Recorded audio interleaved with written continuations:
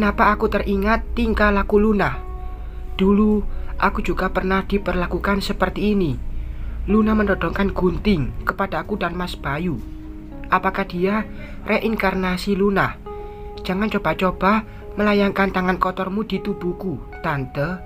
Sebaiknya gunakan tanganmu itu merawat kulitmu yang sudah mulai keriput karena sering marah-marah seperti wanita kampungan. Dengan percaya diri Lani berbicara tanpa rasa takut kepadaku. Jangan coba-coba mempermainkan Mila. Kamu belum tahu siapa aku. Ancamku, mencoba menakutinya. Wanita sepertimu sangat aku kenal sifatnya. Segala cara akan kamu lakukan demi mendapatkan yang kamu inginkan. Tapi kamu juga harus ingat siapa aku. Aku juga bisa melakukan segala cara mendapatkan apa yang aku mau sekarang ini. Apa mau wanita ini? Dia bisa saja mencari lelaki lain dengan apa yang dimilikinya. Tapi kenapa suamiku dan cacaku yang diinginkannya? Kalau dia menginginkan harta Mas Bayu, tidak mungkin, karena dia tidak seperti wanita miskin. Kenapa diam, Tante? Tanya Lani. Aku bisa saja melaporkanmu ke polisi karena berselingkuh dengan suamiku. Silahkan. Sebelum laporanmu sampai ke polisi, justru Mas Bayu sudah menceraikanmu, Tante.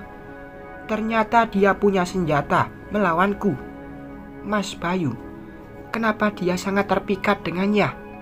Ini kelemahanku, karena Mas Bayu tidak membelaku lagi. Aku harus menemui Tante Donna. Aku akan minta maaf dan memohon agar dia membantuku lagi seperti dulu saat aku menyingkirkan Luna.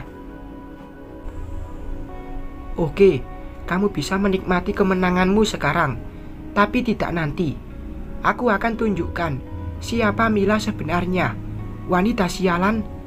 Setelah berkata, aku langsung melangkah ingin ke kamar. Rasanya aku belum tenang sebelum membalas wanita itu. Caca, ayo ikut mama ke kamar, ajakku ke Caca.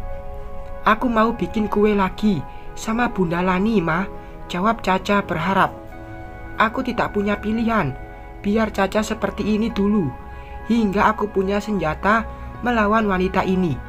Kalau aku paksakan, akan membuat Caca tertekan dengan sikap memaksaku. Ku buka pintu kamar, ingin masuk. Aku mau ganti baju dan menemui Tante Donna. Saat aku di kamar, kulihat spray kasurku sudah berganti dengan yang baru. Wanginya parfum ruangan memanjakan indera penciumanku. Mungkin Mbak Siti takut aku pecat, hingga dia melakukan semua ini. Gumamku sendiri tersenyum, mengingat wajah ketakutan Mbak Siti kemarin. Ku buka pintu lemari pakaianku. Namun, kenapa tidak ada pakaianku? Kulihat setiap sudut lemari memastikan tetap tidak ada pakaianku. Yang kulihat pakaian wanita, tapi bukan punyaku. Ku buka pintu lemari satu lagi, tetap tidak kutemukan pakaianku. Dan yang membuat darahku naik ke ubun-ubun, aku melihat pakaian wanita, terlihat rapi dan bukan punyaku. Apakah ini pakaian Lani? Mbok Siti, teriakku, memanggil Mbok Siti. Tidak lama kemudian, Mbok Siti menghampiriku dengan tergesa-gesa. Iya, Nyonya Mila, jawab Mbok Siti pelan. Ini pakaian siapa? Mana pakaianku? Tanyaku dengan nada marah. Aku tidak tahu, Nyonya. Tapi Mbok Siti tidak melanjutkan kata-katanya seperti ketakutan. Tapi apa? Tapi Nyonya Lani tadi masuk ke kamar ini, jawab Mbok Siti gugup. Sudah kuduga, ini pasti pakaian wanita iblis itu. Aku tidak mau tinggal diam. Segera kuhampiri wanita itu di dapur. Tanpa berpikir panjang, langsung kudorong Lani yang sedang berdiri di samping Caca yang sedang membuat adonan kue. Aduh, Lani kesakitan, terjatuh ke lantai. Bunda Lani, Caca langsung menghampiri Lani dengan tatapan iba. "Mana pakaianku? Siapa yang mengizinkanmu menempati kamarku, wanita jalang?" Aku tidak bisa menahan amarahku menatap wanita ini. "Mama Mila, jangan marah-marah." Caca menangis di samping Lani. "Caca, aku mamamu, bukan wanita itu," jawabku dengan sangat kesal. "Aku takut melihat mama marah-marah." Jawab Caca seperti ketakutan menatapku. Selama ini aku tidak pernah memperlihatkan amarah di depan Caca. Kalau aku tidak suka dengan sifat Mas Bayu, paling aku hanya ngomel-ngomel dan Mas Bayu berlalu keluar rumah. Tapi kenapa Caca melihatku seperti bukan aku yang membesarkannya? Wanita ini sangat licik, seperti teraniaya di depan Caca. "Caca, jangan menangis sayang. Bunda Lani tidak apa-apa kok. Lagian kamu juga tidak boleh melawan Mama Mila. Bagaimanapun juga dia mama kamu sayang." Suara lembut Lani sambil mengelus pipi Caca. "Cuy, jangan sok baik kamu." Aku meludah ke kanan menanggapi perkataan sok manis wanita ini. "Sudah lama, jangan sakiti Bunda Lani. Kasihan, Bunda Lani sama sekali tidak jahat sama mama. Kenapa mama jahat sama Bunda Lani?" ucap Caca di sela tangisnya.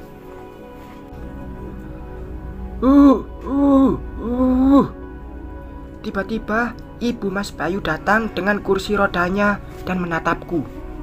"Omah," Caca langsung menghampiri ibu Mas Bayu.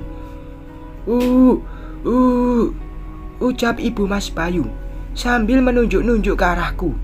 Lani langsung bangkit dan berdiri. Dia melangkah mendekati ibu Mas Bayu. "Mama, aku tidak apa-apa kok. Aku buatkan bubur enak untuk mama," ucap Lani seperti sudah lama kenal dengan ibu Mas Bayu. Jawab ibu Mas Bayu dengan pelan. Apa yang aku lihat sekarang ini? Ibu Mas Bayu menyukai Lani. Gila, dia juga bisa mengambil hati ibu mertuaku. "Mbok Siti, bantu aku menyuapi mama dengan bubur itu. Aku sudah membuatkan bubur yang enak," kata Lani kepada Mbok Siti yang berdiri di belakangku.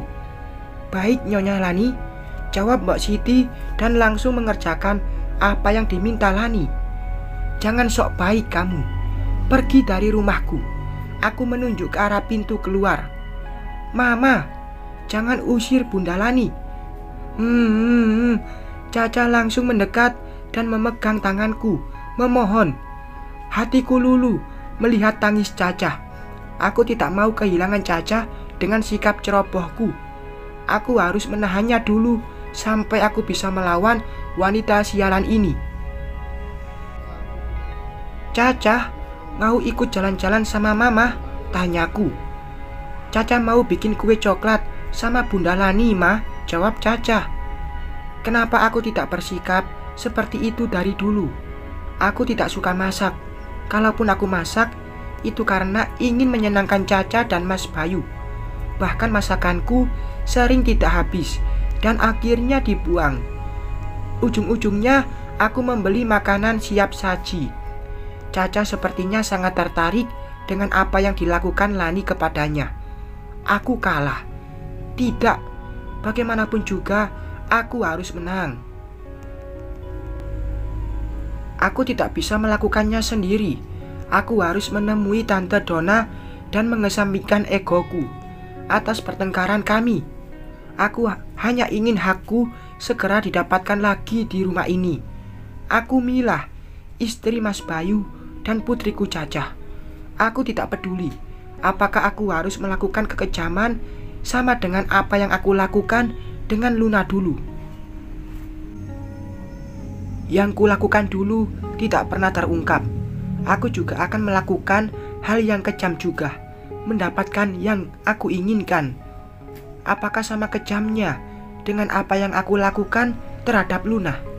Mungkin saja setelah aku menemui Tante Donna, Awas kamu Lani, tunggu pembalasanku. Mila meninggalkan rumah dengan rasa kesal setelah apa yang dialaminya ulah dari Lani. Dia menyetir mobil menuju rumah Donna dan berharap Donna bisa membantunya dalam melawan Lani. Sedangkan di rumah, Lani menyuapi Ibu Bayu dengan bubur buatannya. Dia juga bercandaria dengan Caca seperti ibu dan anak. Mbok Siti yang melihat sifat Lani teringat sosok Luna. "Ada apa, Mbok?" tanya Lani mendapati Mbok Siti memperhatikannya sambil mencuci piring.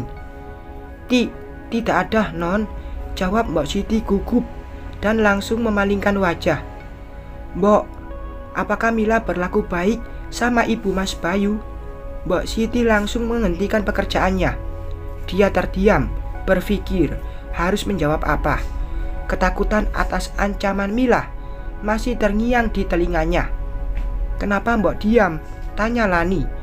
Karena Mbok Siti tidak menjawab. Baik Non," jawab Mbok Siti gugup dan melanjutkan lagi mencuci piring.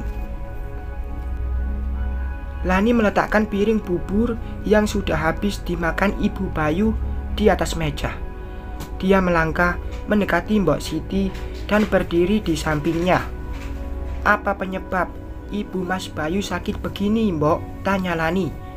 Mbok Siti terdiam lagi, tapi kali ini dia menatap Lani. "Mbok tidak tahu, Non." Mbok Siti tertekan dengan pertanyaan Lani. Justru itu yang selalu menjadi tanda tanya bagi Lani. Kenapa Mbok Siti gugup dalam menjawab? Dalam pikiran Lani, dia berusaha agar Mbok Siti tidak ketakutan. Tentu semua itu perlu proses. "Bunda, aku selesai menghias kuenya," ucap Caca membubarkan lamunan Lani. "Oh iya sayang." Lani mendekati Caca. Dia melihat ke meja di mana Caca berhasil menghiasi kue yang diajarinya. "Cantik, keren ya anak Bunda." Lani merangkul pundak Caca. "Makasih Bun, aku suka bikin kue sama Bunda." Caca sangat bahagia. Semakin lama Lani berhasil memenangkan hati Caca. Tanpa disadari, Lani memeluk Caca dan mengecup kepalanya. "Bunda kenapa?" tanya Caca. Tiba-tiba dia dipeluk Lani. "Bunda sayang sama Caca. Apakah Caca mau menganggap Bunda seperti Bunda kandung Caca?" tanya Lani. "Tentu Bunda, aku juga sangat sayang Bunda," jawab Caca yang membuat Lani terharu. Sesaat Lani langsung teringat Mila. Mila tidak menampakkan diri di rumah ini. Tanpa berpikir panjang, dia menjauh ke teras belakang dan menghubungi Donna dengan ponselnya. "Apalagi yang kamu inginkan?" jawab Donna marah di ponsel. "Tenanglah Tante, aku menghubungi Tante bukan untuk mencari keributan," ucap Lani berusaha agar Donna mau berbicara dengannya. "Apa maumu?" Donna masih terdengar sangat kesal.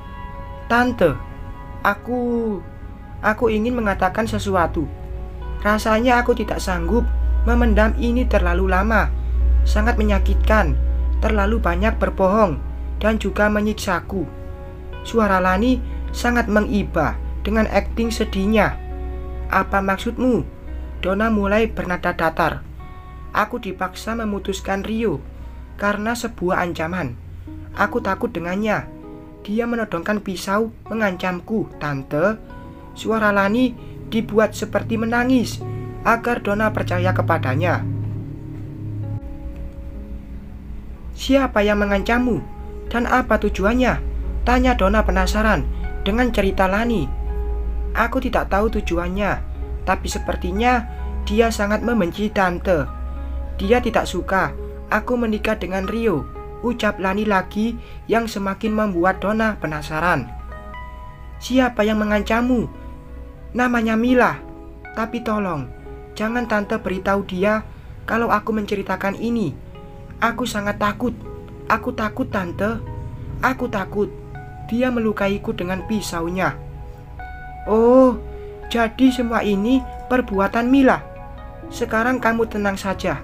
Putraku masih mencintaimu. Dalam kekecewaannya sekarang, biar aku urus masalah Mila. Setelah ponsel ditutup, Lani tersenyum sinis, merasa apa yang dilakukannya berhasil. Dia ingin Donna membenci Mila. Bersambung.